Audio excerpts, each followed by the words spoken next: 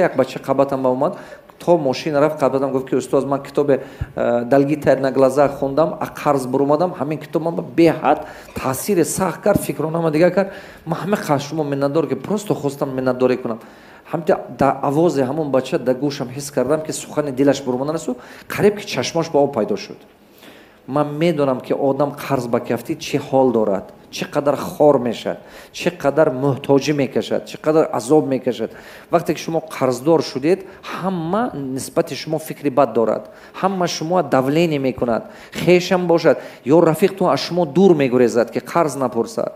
бовар кунед ана шумо худотонро як тоқа, як одами брошене ҳисоб мекунед, як бросене аз ҷамъият дур ҳис мекунед.